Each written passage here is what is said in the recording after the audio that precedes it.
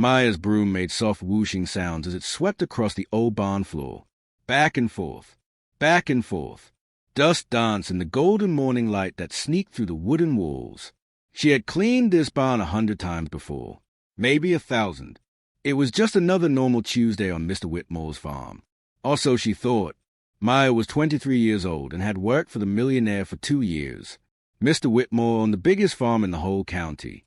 He had horses, cows, chickens, and fields that stretched so far you couldn't see where they ended. Everyone said he was the richest man for miles and miles around. But Maya noticed something strange about him. He never smiled. He barely talked. And sometimes, late at night, she saw lights glowing from the old barn, blue lights that flickered like fireflies trapped in a jar. Don't go to the barn after dark, Mr. Whitmore had told her on her first day. His voice was cold as winter ice. Never. Do you understand? Maya had nodded quickly. She needed this job. Her little brother was sick, and medicine cost money they didn't have. So she cleaned during the day and stayed away at night. That was the rule.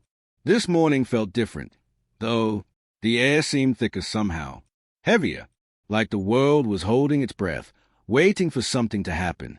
Maya pushed her broom into the far corner of the barn, where hay bales were stacked high against the wall.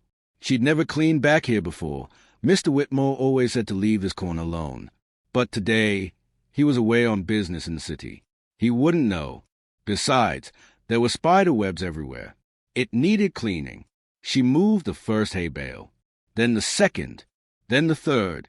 That's when she saw it. A patch of dirt that looked wrong, different from the rest of the floor. It was darker, like someone had dug there recently. Maya's heart began to beat faster. Her hands felt sweaty on the broom handle. It's nothing, she whispered to herself. Just dirt. But something pulled her closer. Curiosity, maybe, or destiny. She knelt down and brushed away the loose dirt with her hands. The earth was cold, much colder than it should be. Her fingers touched something hard beneath the soil. Something smooth. Maya's breath caught in her throat. She dug faster now, her fingernails scraping against the surface. More dirt fell away. And there, hidden beneath years of dust and secrets, was a perfectly round hole.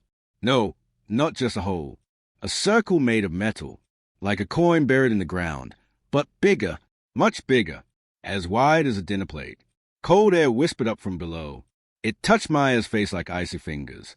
She jerked backward, her heart hammering against her ribs. What is this? She breathed. The metal was old, rusty around the edges. But in the center, she could see markings, letters or symbols she didn't recognize.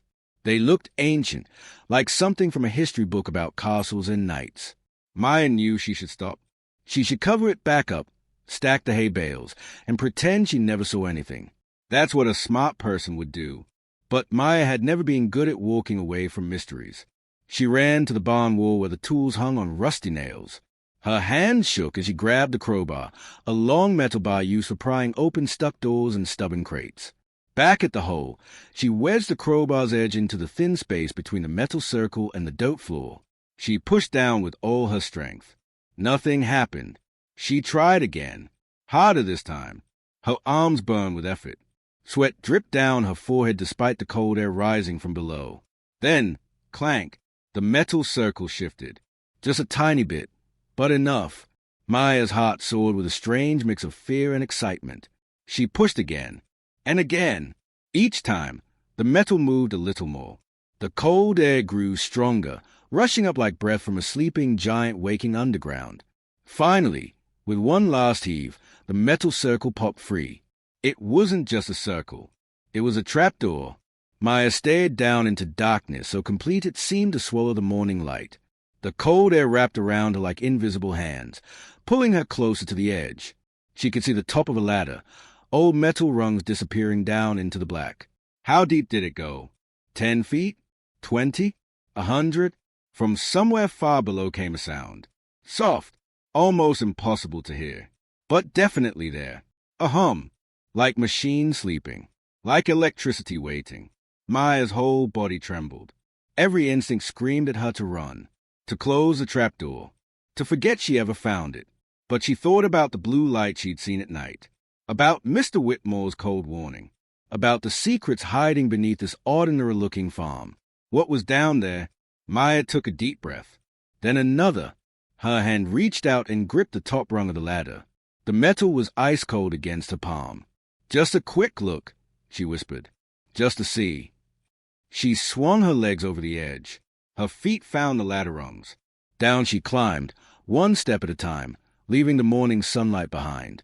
The darkness swallowed her whole, and the trapdoor above her head slowly swung shut with a soft, final click that echoed like a door closing on the world she knew. Whatever waited below had been sleeping for a very long time. Now, it was about to wake up. Maya's feet touched solid ground. She couldn't see anything. The darkness was so thick it felt like black velvet pressed against her eyes. Her breathing sounded loud in her ears, fast, scared breath that echoed off walls she couldn't see. "Stay calm," she whispered. "Just stay calm." She fumbled in her pocket and pulled out her phone. The screen lit up, casting a small circle of blue-white light.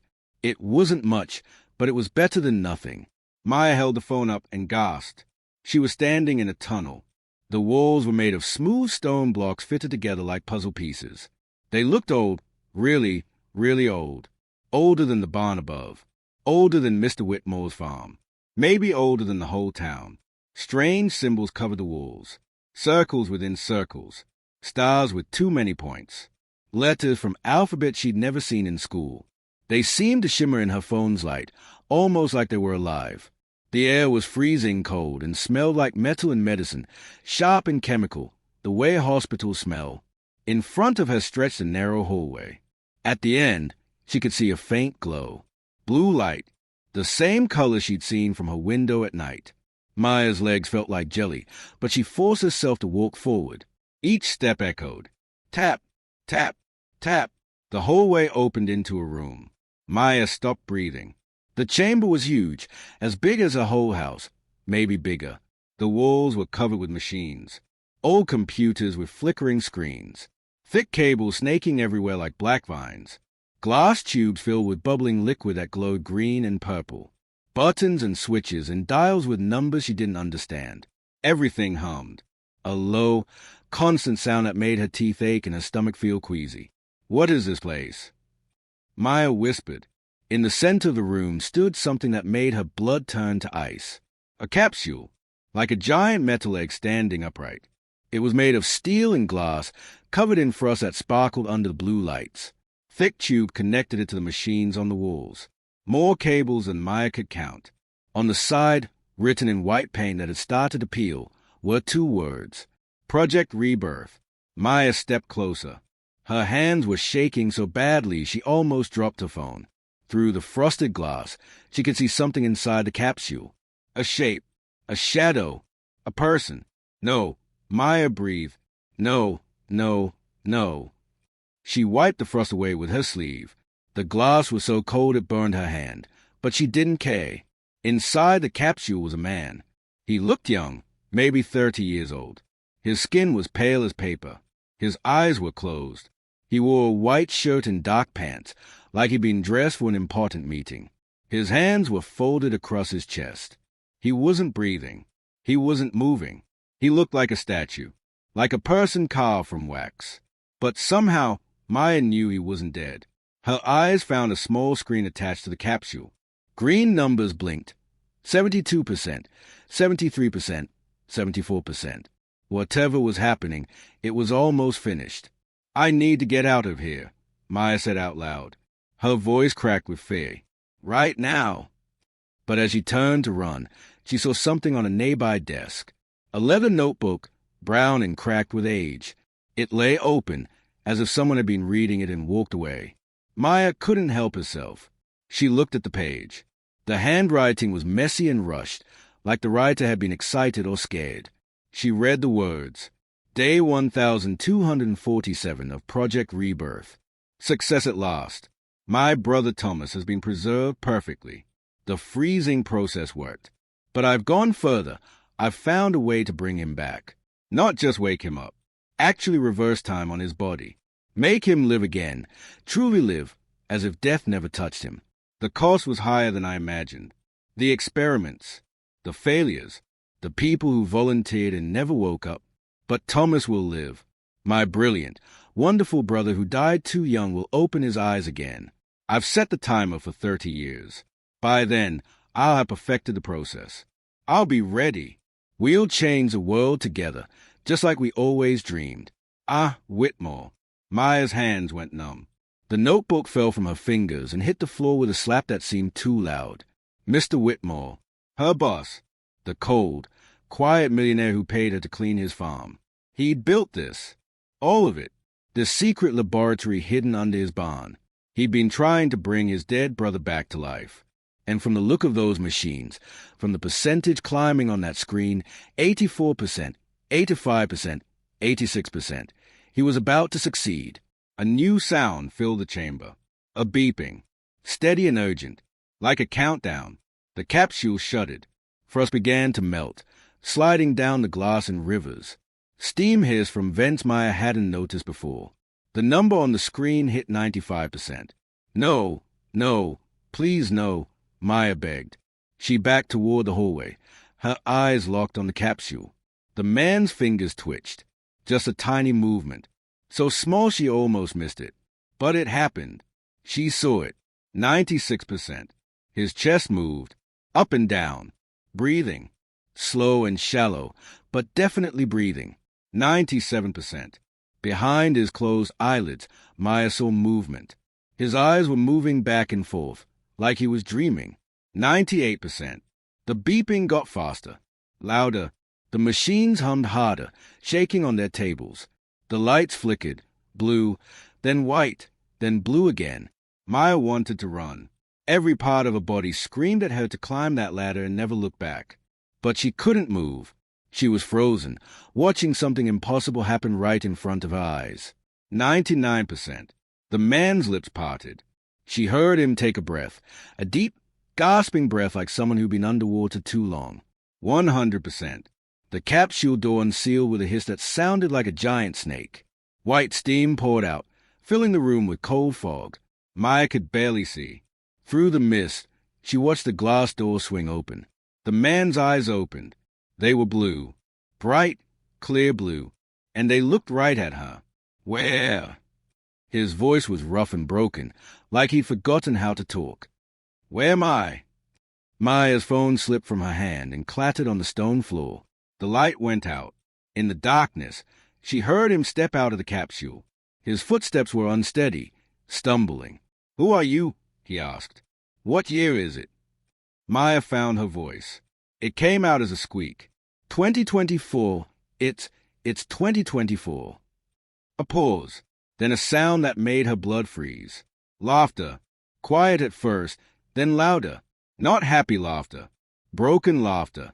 The laugh of someone who'd lost everything. 30 years, the man said. He said 30 years. That means... His voice cracked. That means Richard is 60 now. An old man. And I'm still 30. Still the little brother who died young. The blue light suddenly blazed brighter than ever. In their glow, Maya could see him clearly now. Thomas Whitmore, dead for 30 years. Standing alive. His face was wet with tears. What has he done? Thomas whispered. What terrible thing has my brother done? Then the lights went red. Alarms began to scream. The whole chamber shook like an earthquake had struck. And Maya knew, with horrible certainty, that something had gone very, very wrong. The chamber shook violently. Dust rained down from the ceiling. Cracks spiderwebbed across the stone walls like lightning frozen in rock.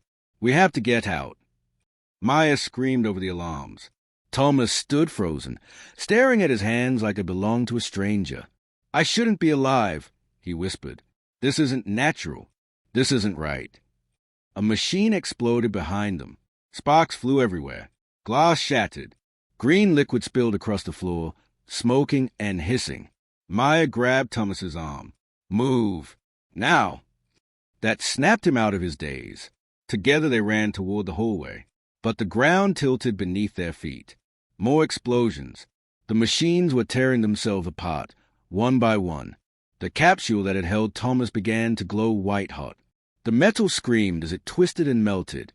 The ladder! Maya pointed ahead. We climb. They reached the tunnel where Maya had first entered. She looked up. The ladder stretched into darkness. So high. Too high. Go! Thomas pushed her forward.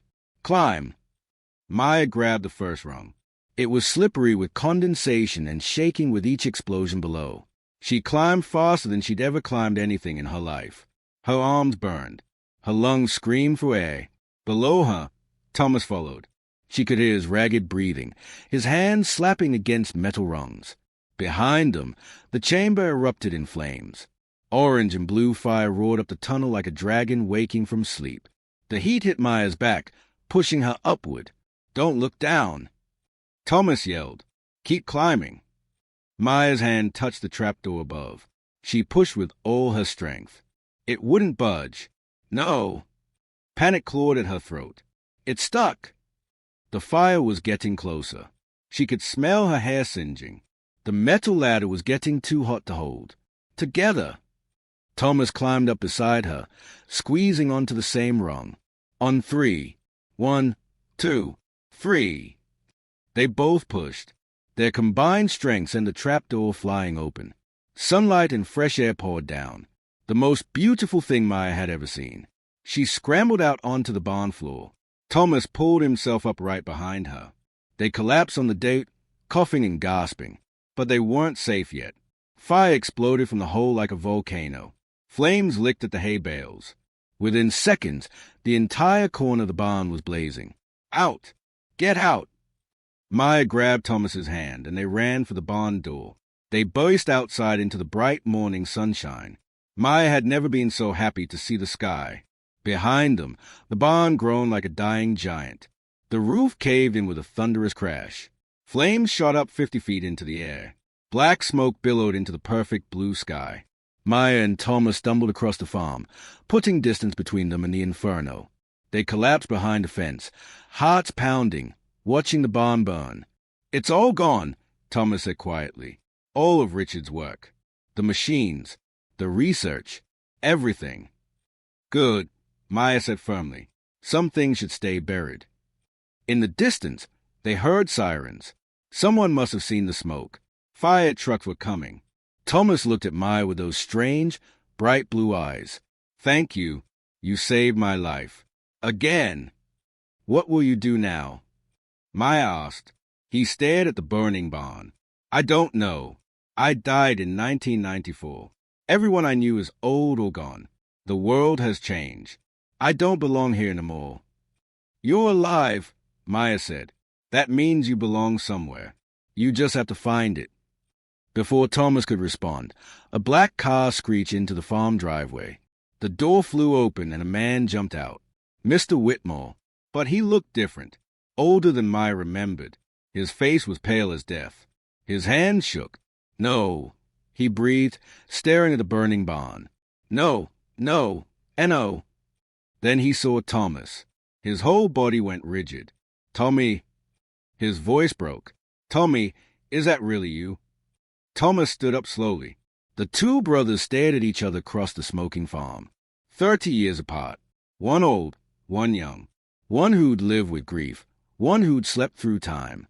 What have you done, Richard? Thomas asked. His voice wasn't angry. Just sad. So terribly sad. Mr. Whitmore took a step forward. Tears streamed down his wrinkled face. I brought you back. I couldn't live without you. You were everything. My best friend. My brother. I spent 30 years and all my money. On a lie, Thomas interrupted. You can't cheat death, Richard. You can only delay it. And the price? He gestured at the burning barn. At the destruction. The price is always too high. The fire trucks arrived. Firefighters jumped out and started spraying water on the flames. Police cars pulled up. An officer approached Maya, asking questions she could barely hear. Everything became a blur. Statements.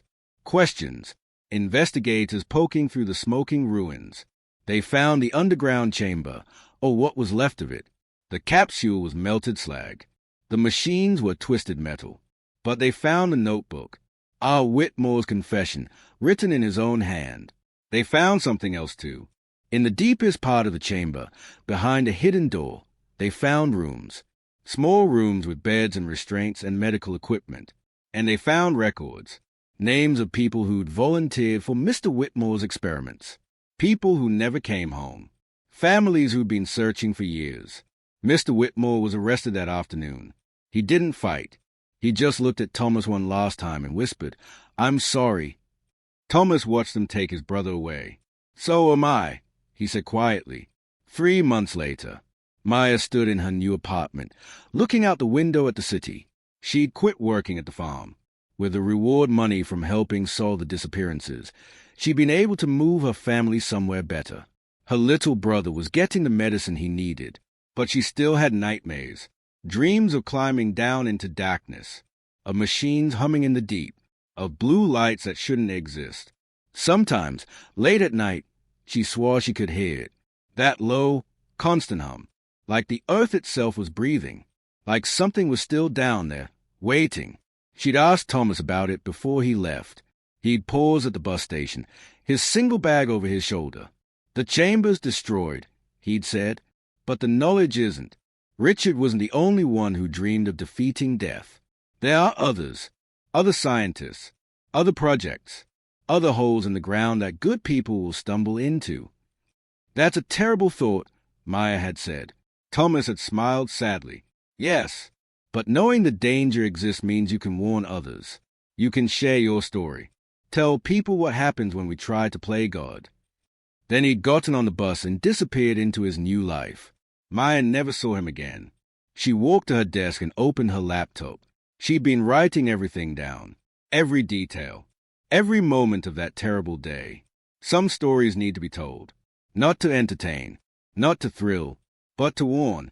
She titled her document, "The Hole Beneath the Barn, A True Story." Then she started typing. Outside, the city sparkled with ordinary lights. Cars honked. People laughed. Life went on. But Maya knew the truth now. Beneath the surface of everyday life, secrets hide. Dark secrets. Dangerous secrets. Holes in the ground that exhale cold air and whisper things that should stay buried. And somewhere, in another farm or laboratory or hidden chamber, someone else was probably making the same mistake Mr. Whitmore had made. Trying to cheat death. Trying to bring back what was lost. Forgetting that some prices are too terrible to pay. Maya saved the document and closed her laptop. Tomorrow, she'd share her story with the world. She'd make sure people knew what happened. She'd honor those who'd been lost in Mr. Whitmore's experiments by giving them a voice. But tonight, she'd rest. Though in her dreams, she still heard it. That hum, that breathing, that whispering promise of the earth. Some secrets never die. They just wait, patient and hungry, for the next curious person to find them, for the next hole to be uncovered, for the next dawn when everything changes.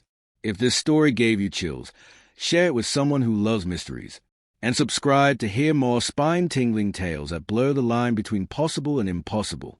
Because the scariest stories are the ones that might just be true. What would you do if you found a mysterious hole? Tell us in the comments below.